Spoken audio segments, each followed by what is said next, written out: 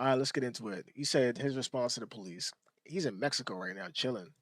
The American Fork Police Department has responded to the video I made about them. I am the Chief of Police for the American Fork Police Department. I'd like to address the members of our American Fork and Cedar Hills community regarding some videos currently circulating on social media. So now I will offer a response to their response. There's a lot of new information in this response that I've been wanting to get for a long time, so we'll go over that first. Okay. One of the main questions in my video was, why did I get swatted for stealing the Legos when this wasn't a mystery to the police officers and they knew that I didn't steal the Legos, that Josh stole the Legos. He basically stole a $200,000 collection of Star Wars Legos. But still, why did they raid my house for stealing the Legos when there's an overwhelming amount of evidence that Josh stole the Legos? When I requested the body cam footage of this to try to find the answers myself, they redacted everything, and they claimed it was to protect the victims. However, one of my friends set up a GoPro as we were getting swatted, and we caught the entire conversation on camera. Included in the warrant are Legos. For 3 months, the police department's answer has been, this redaction is important because it protects Josh, the victim of this case. However, we can clearly see that the police are looking for Legos and they saw no Legos. And they redacted this because they were embarrassed that they made such a stupid decision to swat the wrong person. They were so embarrassed of swatting my house for stealing the Legos that in all of the police reports, it is completely redacted. The police department wants this information hidden so bad that they're willing to break the law to hide this from everyone. The only reason I know about it is because of the receipt I got the night I was released from jail and my friend's GoPro that was recording. So even though I've been asking them for 3 months why I got swatted, they finally came up with an answer, which is the Airbnb host told them that I stole the Legos. During contact with the Airbnb owner, the owner reported overhearing conversations about possible stolen Legos. Specifically, officers wrote in the search warrant affidavit, the homeowner also disclosed that he could hear multiple individuals inside the residence speaking about possibly stolen Lego toys they had taken. Based on that information, officers added a request within the search warrant affidavit seeking authorization to also search for and seize possible stolen property, including... So the Airbnb guy, he's in on it too? Either he misunderstood what he overheard, he should mind his business. So either he misunderstood what he overheard, or he's maybe part of the Mormon community as well. And they all in it on a gang. They did some gang shit. This gang, lying.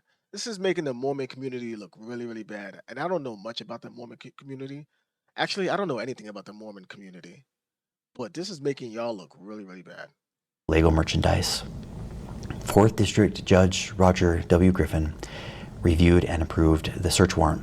I always like giving people the benefit of the doubt, and I will take the police officer's word on this, but something fishy is going on here, and everything can just be cleared up if you unredact the audio and let everyone see the truth. Also, after we got raided and the police officers found no Legos, all of this footage has been redacted too.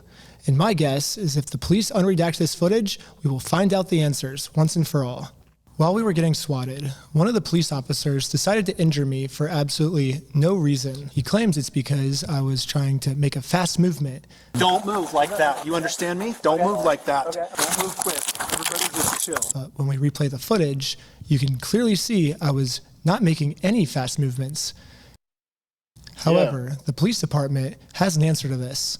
During Snyder's detention, Lieutenant Adamson took hold of Snyder's right arm.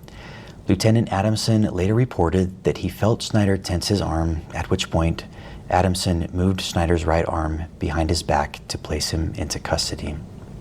The police department has made it clear I did not, in fact, make any quick movements like the police officer claims I did, so the police officer was lying, but not fully, because I did tense my arm. However, he lunges at me extremely fast before he even touches me, so how could he even know that I was tensing my arm before he even grabs me? That doesn't make any sense. There's only one solution. This police officer has psychic powers, and he could tell that my arm was tensing up before grabbing me. However, this makes no sense, because if the police officer did truly have psychic powers, he would have known that we were not the thieves, Josh and Brandon were the thieves. So this can't be the case either. I'm trying to have an open mind with these different possibilities of what this could be, but literally the only outcome left is that this police officer injured me for no reason. However, the police have another response to this of why I must be lying. In the X-ray image displayed by Mr. Snyder in that video, a small L is visible in the upper right-hand corner of the X-ray. The L indicates the image is that of the left shoulder. The video shows Lieutenant Adamson handling Schneider's right arm during the arrest. Yes, the stock footage I used to show what a dislocated shoulder is, an image that's clearly not mine because I didn't go to the hospital, I went to jail, so how could I have taken this picture? But anyways, the stock image I used is of a left shoulder when my shoulder that got injured was my right shoulder. When I was editing this, I like to think highly of my audience that they would have known that this was a stock image and I wouldn't have to spoon feed every tiny detail to my audience. But now I realize that there's another portion of my audience called the American Fork Police Department that maybe I do have to spoon feed every single piece of information to. So I'm going to use this as constructive criticism, and in every single episode going forward now that I know that the American Fork Police Department's watching, I will be forced to spoon feed every single detail. As a professional slackliner, dislocating my shoulder is almost a monthly thing for me. The whole weight of my arm is just on this bone. Boone. 3 days before I got arrested, I had a really bad ski accident. Wait. He was on Tosh.org? Boone. Damn. 3 days before I got arrested, I had a really bad ski accident where I had a really bad dislocation of my shoulder, and any movement at all would have dislocated it. So I will say here, I don't think that the police officer was purposely trying to injure me. I think to a normal person, this would have been fine. But for me in particular, this was not good, but it was still unjustified. And the police officer was just making up an excuse, and now they're making up an excuse to defend it. Another thing I find shocking is the chief of police, even after reviewing the dash cam footage, says that we ran a stop sign. Richardson initiated a traffic stop on the vehicle for failing to stop before the stop line at a stop sign and failing to stop completely at that stop sign. The chief of police looked at this video and said, "We ran a stop sign." And now he's using that to say, this was a legal traffic stop. The police officers did nothing wrong. At this point, we thought the legal traffic video and said, "We ran." Stop sign. The chief of police looked at this video. To be fair, right? To be fair, you're supposed to stop before the stop sign. I think anybody who's had a driving test, if y'all remember when y'all was taking that driving test, how paranoid you was at stop signs, I know I was, because I remember my teacher telling me you got to stop before the stop sign. He's basically stopping, like he's damn near an intersection already. And said, "We ran a stop sign." Now he may have stopped, made a full stop, but he's already in the damn he's already in the other intersection. Right? Yeah, he's already in the other intersection. This looks like more of a slow crawl. Even if you stop completely, he's already in the other side. Like the nose of his car, the hood of the car is already in the other side. The stop sign is back here. His trunk is where the stop sign is. So I mean, even though I saw this in the last video, and I just went along to keep the video going, looking at it this time, I mean, you didn't stop before the stop sign. So even the kid that was driving, I mean, he just fucked up. He probably thought he stopped. He probably thought this was considered a stop, because they were saying, make sure we follow all traffic rules right now because they are following us. He was like, I bet I'm gonna follow all the traffic rules. That was the understanding. So the kid doesn't understand the full traffic rules, because you got to stop before the stop sign. And I think that's what they got him on. I could be wrong, but that's what makes the most sense to me right here.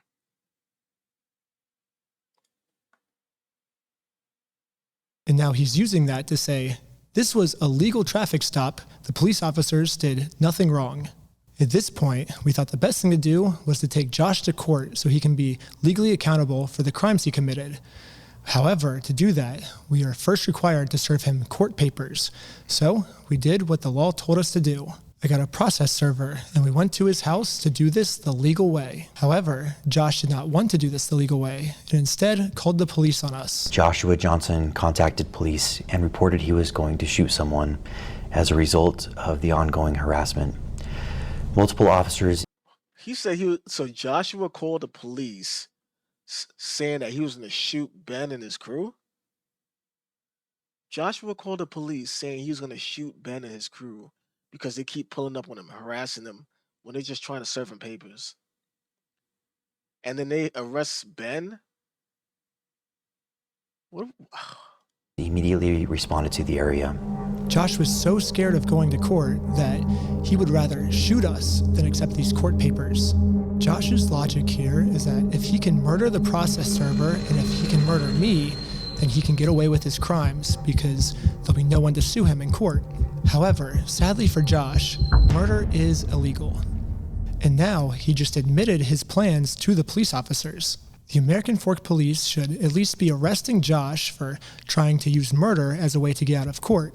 But sadly, for some reason, they arrested me instead. Am I being arrested? You're under arrest right now. Really? Something about this seems off. Yeah. And all of the answers are in the body cam footage. However, they redacted all the body cam footage. So this is where I think if we all come together as a community, we can somehow convince the American Fork Police Department to unredact this footage so we can find out why they arrested me and not the guy who threatened to murder me. However, the American Fork Police does not want to unredact the footage right now, and now have made up a new excuse of why I was the one justified being arrested. Officer Sumbot contacted the Marion County Circuit Court in Oregon to verify the legitimacy of the paperwork. The court confirmed that the case was indeed legitimate, but that papers had already been served and no hearing date had yet been scheduled. The police department said the reason they arrested me and not Josh this day is because they called to confirm if this was a real court case, and they said it was real. However, the papers have already been served, and now I'm doing this solely to get YouTube content. And if that's true, I would like to see footage of it.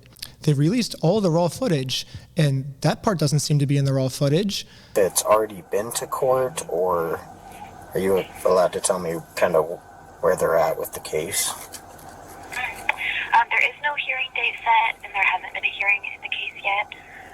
All I see is the claim that was filed. I don't see proof of service or anything.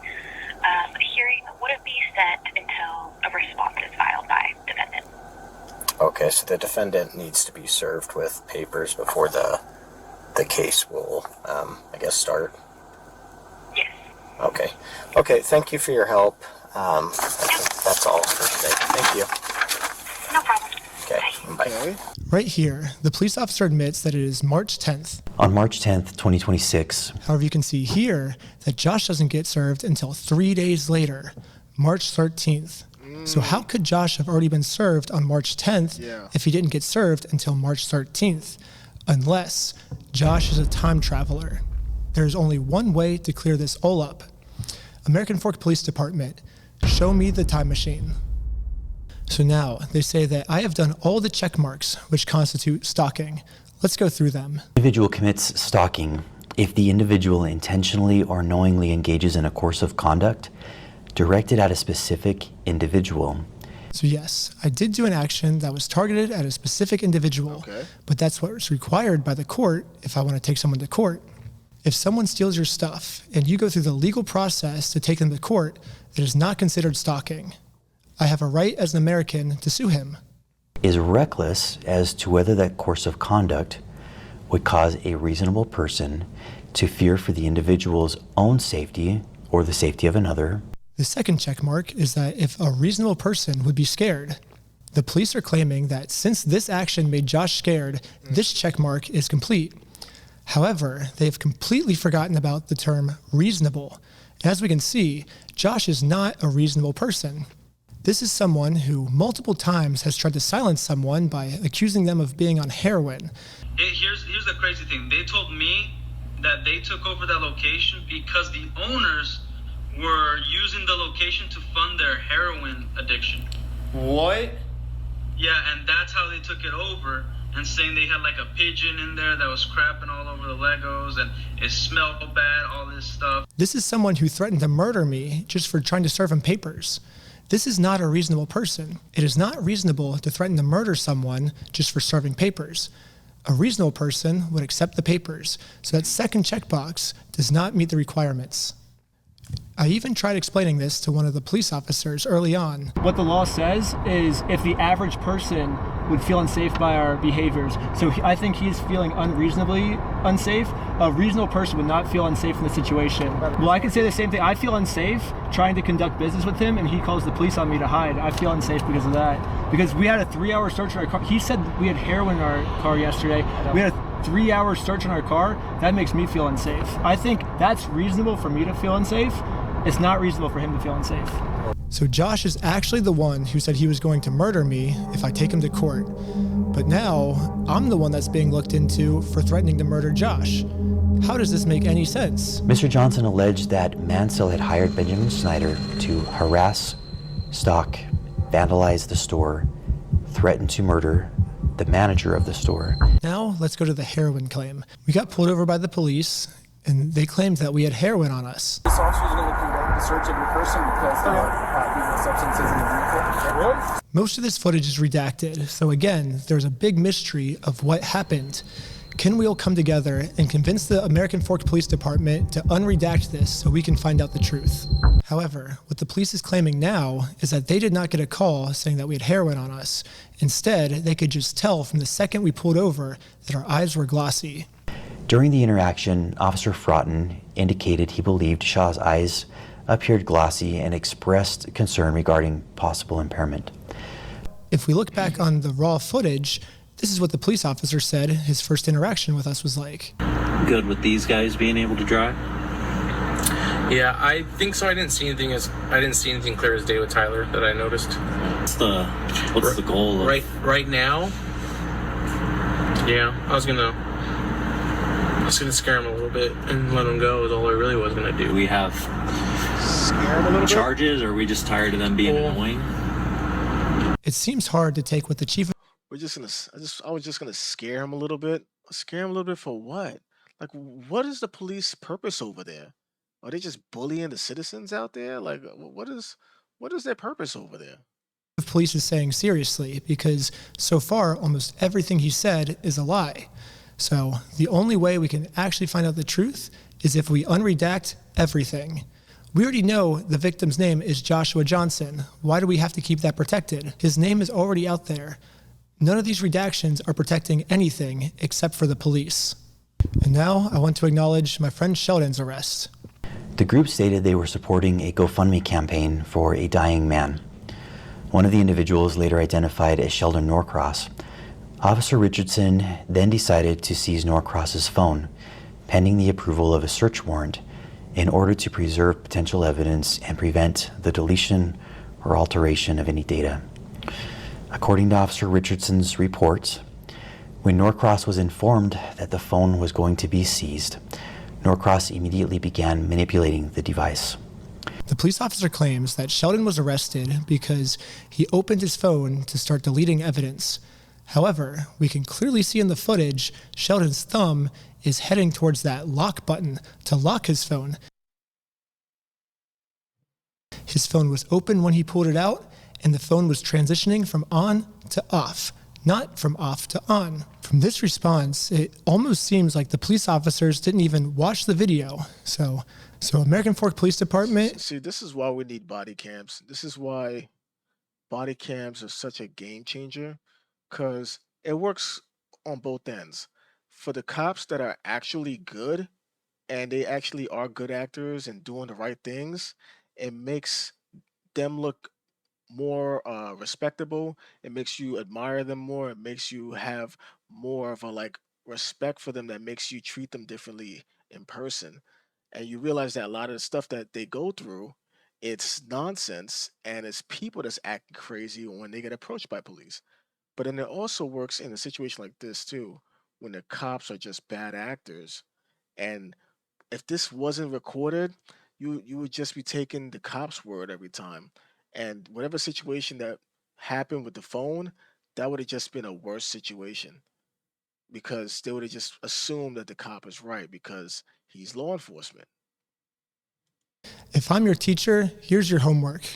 First off, learn the facts of what actually happened. Second off, stop lying about the facts. No one's believing it. The third thing is unredact the audio that makes the police look bad. Some of the best lawyers in the United States are reaching out to me right now, so eventually this is going to get released. Wouldn't you just like to get this over with sooner rather than dragging this out? The more we drag this out, the more content we get, so this only benefits me to drag this out. It doesn't benefit you.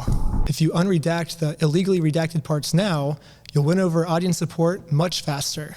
It's kind of funny because a lot of you guys probably think I'm like trying to like make fun of this other cop by how he was talking. Brother, you mind turning up the volume? Holy, it's actual ASMR. Wow. I cannot really hear him. Why is he whispering? No, I'm actually just like super sick right now. I haven't been sleeping because I'm trying to get out part 3 as fast as I can. And that's caused me just to like stay up all night, every night, and not sleep. And Wait, is he editing his own videos? Because if so, he's doing a good job. now I'm sick and have no voice. But yeah, I guess it kind of, I don't know why that police officer was talking with such a low, quiet voice, but that's why I am, at least. I wasn't making fun of him. I literally am just genuinely sick. But if you want to see part 3, subscribe to my Patreon at patreon.com/recklessben. Part 3 will be up there very soon. Part 2, I'm only dealing with misdemeanors, but part 3 is when they start accusing me of felonies. So it gets insane. But yeah, stay tuned. I'm going to crank out videos in the meantime until part 3 is done. But thanks for all the support, and let's find Brian's Legos.